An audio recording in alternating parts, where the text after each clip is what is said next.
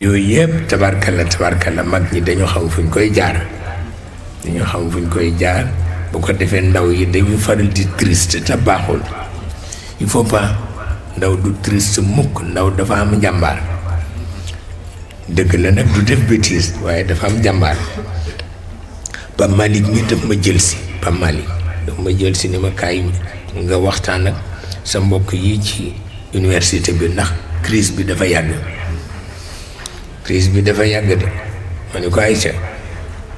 ma ne ko jàppal ak ñoom rek bés nu dem ca université ba waxtaan ak sunu sët ya fa nekk ak sunu cousin yaag yëpp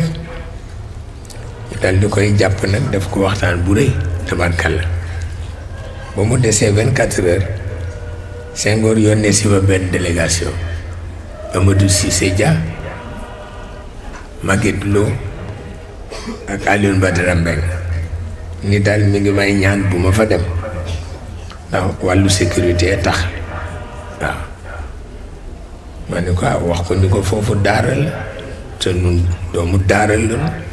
te du soxla sécurité nag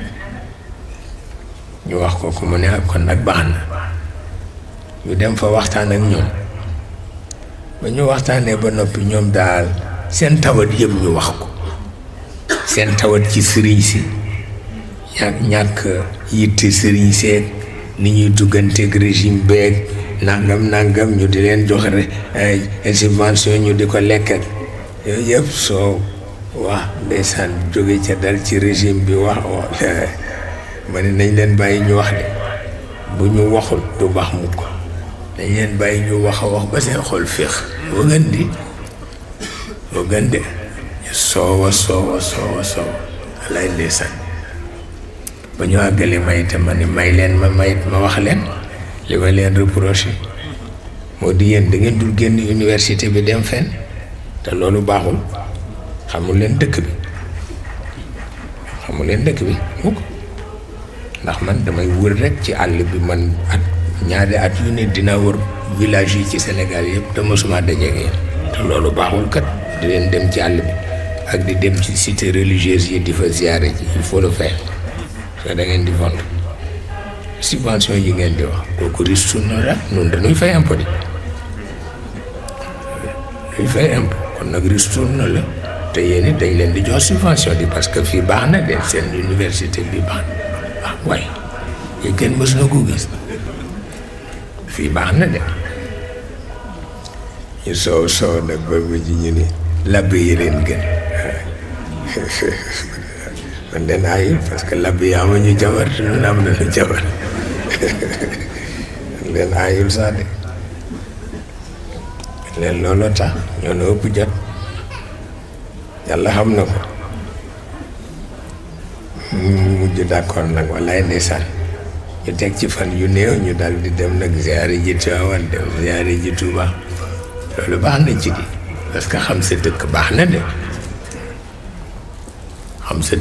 na de ayul loolu farata piir la ndeysaan góor gi ci wàcc kenn xamul walla Senghor ni maa ngi la félicité bu baax parce que lii ëpp naa ñàkk def ci làmmiñam de seetal loolu mais lii ëpp naa ñàkk def parce que mu ni ma courage physique yomb na mais courage moral yombul mu ni ma dee ko def bu ko bàyyeeti dégg ma ni ko ok lu baax na ci de